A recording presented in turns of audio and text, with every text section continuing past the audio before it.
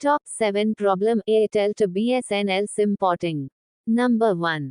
Porting code issues. Incorrect or expired porting code, UPC, can lead to delays or rejection of the porting request.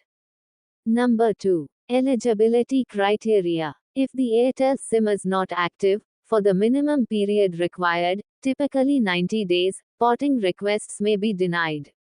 Number 3. Document verification. Insufficient or incorrect documents required for KYC verification can cause delays.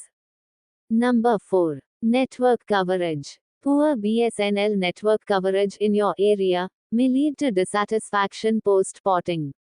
Number 5. Service disruption. There can be a temporary disruption in service during the porting process, which may affect connectivity.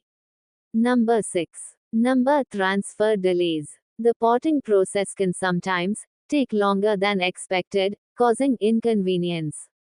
Number 7. Compatibility issues. Ensure that your phone is compatible with Bsnl's network frequency bands, otherwise, you might experience connectivity issues.